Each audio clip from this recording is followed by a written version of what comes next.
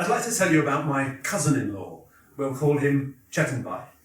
I married into a Gujarati family, and my cousin's name is Chetan, and he's a bit older than me, so Chetanbhai. He retired a couple of years ago, having spent his whole career from graduate to senior engineering manager at Larsen & Toubro. It was a job for life. He greatly enjoyed his work. It was a place where there was much order and routine and where he had great friends. Work was a place in Powai where he went for almost 40 years. Today I'm going to talk about the way the world of work is changing. I've spent 25 years studying workplaces, how they're organised and how employers engage employees. Nearly half of that time has been in India. Among other things, I'm a founding member of the Centre for the Transformation of Work, and we're thinking about how changing work dynamics can transform the lives of 1 billion people by 2025. I'm excited and optimistic about the future of work, and specifically the opportunities it presents for young Indians. I see a generation of millennial change makers who are disrupting many institutions: the family, marriage, brands, and of course, the workplace. The millennial cohort came of age in the early 21st century. In India, their life experiences have been very different from those of their parents and grandparents. The earlier generations, growing up in the decades after independence, saw their lives blighted by scarcity and lack of opportunity. There weren't enough jobs to go round, resources were in short supply. To get a telephone in the 1980s, Indians had to put their names down on a waiting list, and it took several years before a line was installed. Their gratification was deferred. And of course, when they tell this story, they highlight the sacrifices they made and how lucky young people are today.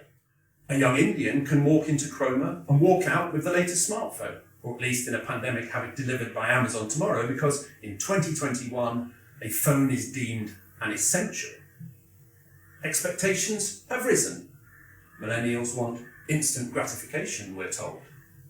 Apna time aayega, our time will come, is replaced by apna time abhi, our time is now. Few Indians entering the workforce now expect to spend 40 years working for the same employer. Indian millennials were born into an era of opportunity and abundance. They've known rapid economic growth, and their life chances and work opportunities are very different to those of their forefathers. I coined the term midnight's grandchildren to describe the 440 million Indian millennials born at the time of India's economic opening up at the end of the 20th century. They are now a key consumer group, and they make up roughly half the workforce in India. And that's causing tension because the way workplaces are governed hasn't really changed very much in the past couple of hundred years. Traditional places of work are hierarchical and rule-bound, and they're not really geared to meet the hopes of young people who are aspirational and want quick progress. The nature of business may have changed. For many of us, our jobs are more service-oriented and more digital, and for those that make things, there's increased automation. But despite this, businesses continue to be organised along industrial era lines. And it's hardly surprising then that a generation of digital natives seeks a new and different experience of work. As a brief aside, employment is still broadly based on an 8-hour working day, or in India, a 9.5-hour day and work on Saturday. The 8-hour day was introduced in 1914 by the Ford Motor Company, and it's proved highly resilient. Still today, large numbers of people commute to places of work, to offices, to factories, to warehouses, industrial parks, retail outlets. They clock in, their time is monitored, their tasks are measured, they have a lot of meetings to attend and reports to write and emails to respond to, and then they clock out and leave. And work in this sense remains a place you go. Even in the past year, as lockdowns have forced hundreds of millions of us to work from home, the basic routine hasn't changed very much. For many, it's a case of zoom in, zone out, and log off 8, 9, or 10 hours later. It's hardly an appealing proposition, and that's one of the reasons that work is set to be disrupted, because work as we know it doesn't really work. The old model of work, as a place you go, is being replaced, sporadically and unevenly, but it's giving way to the notion of work as a thing you do. That change has the potential to affect all workers to some degree. Increasingly, more and more jobs, particularly what we call white-collar managerial jobs, the kind that young graduates aspire to, can be done from anywhere. Replacing work as a noun, a place, with work as a verb, a thing you do, creates all kinds of new and exciting opportunities. It means that you're not restricted to working in a place to which you can commute. It means you don't have to think only about one job, but that you could apply your skills in a number of roles simultaneously. You can work across regions, time zones, and industries, finding ways to satisfy your passions as well as putting bread on the table. There are many forces driving this change from both sides of the equation, both in terms of how workers think about work and engage with organisations, and how businesses find the skills they need. Both are in flux. They are becoming less closed and formal and more open and informal. This is not something that just arrived with the pandemic and the fact that everyone has had to work from home. COVID-19 has poured gasoline on a fire that was already alight. Technology, of course, plays a part. Digital technologies means that we're connected anywhere and everywhere. There are economic factors. Asia's well-educated and highly literate populations see access to work opportunities in global supply chains that were unthought of a generation ago. And at the intersection of technology and economics, we see innovation and new business models. A host of platform businesses or job marketplaces now make it easy for workers and businesses to find each other.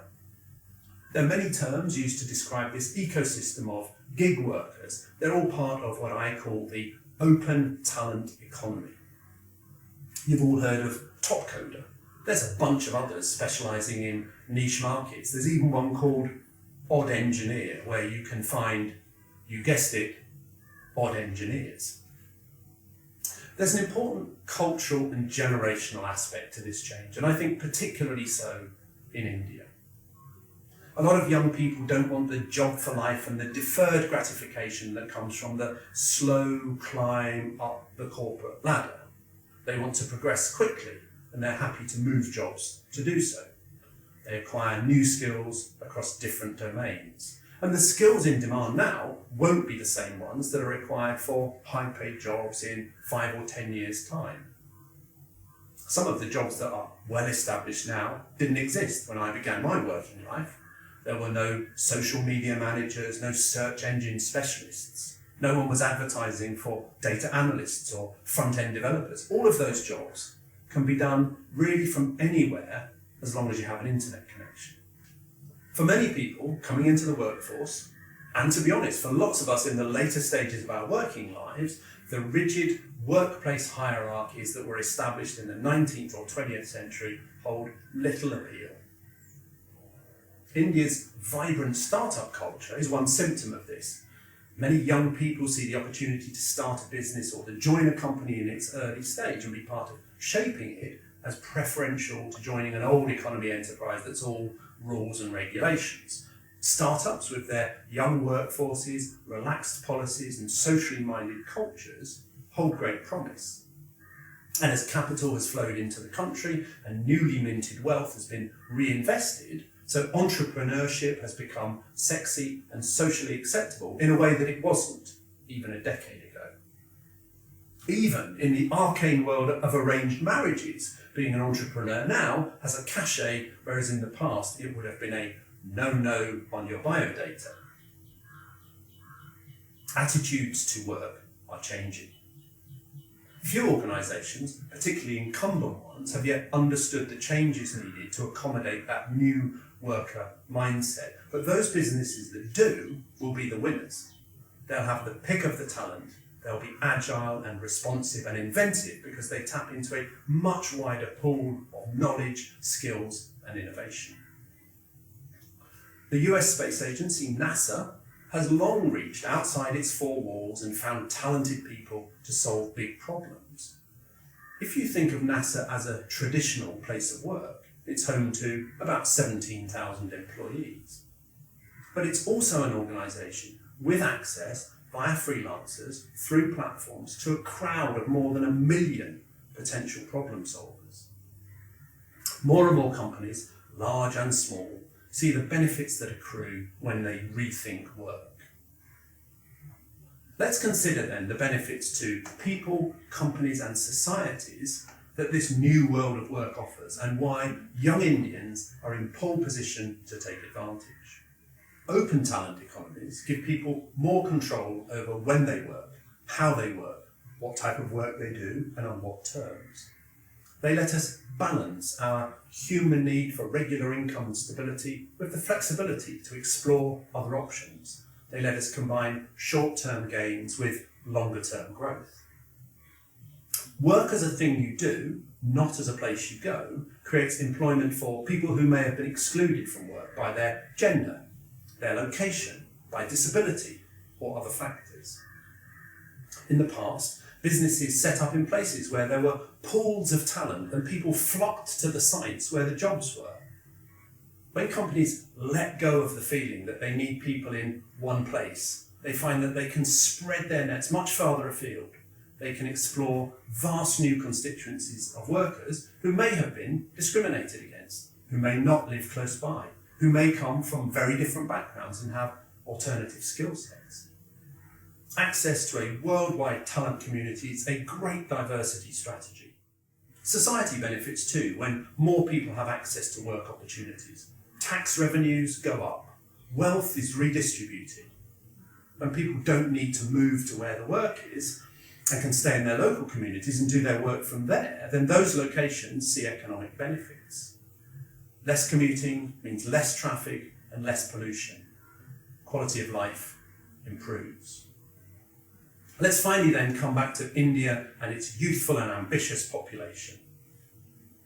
Midnight's grandchildren are skilled at balancing tradition and modernity, old and new. They're comfortable with ambiguity and contradiction, and they're good at building hybrid models. And that's one of the reasons I think that this moment is such a great opportunity. Indian millennials have grown up in environments where hierarchies rule their families and their schools and the universities they go to. They've been in education systems that are designed to train workers for old economy companies. And often they're respectful of that old order, sometimes cautious, not wanting to be outsiders, but at the same time seeking faster returns, quicker promotion and more growth. They're highly adept at balancing deference and ambition. Now's a great time for that adaptability to shine. We're on the cusp of a work revolution. We're not there yet, but the direction of travel is clear. Companies need to let go of centuries of old established thinking, and that culture change is hard. Young people entering their earning and tax-paying years must take responsibility for their own careers and see themselves as the heroes of those stories, rather than relying on an institution to take care of them. They'll find new ways of earning and build careers very different from the job for life that my cousin Chetanbhai enjoyed. In doing so, they can turn a moment into a movement. Thank you.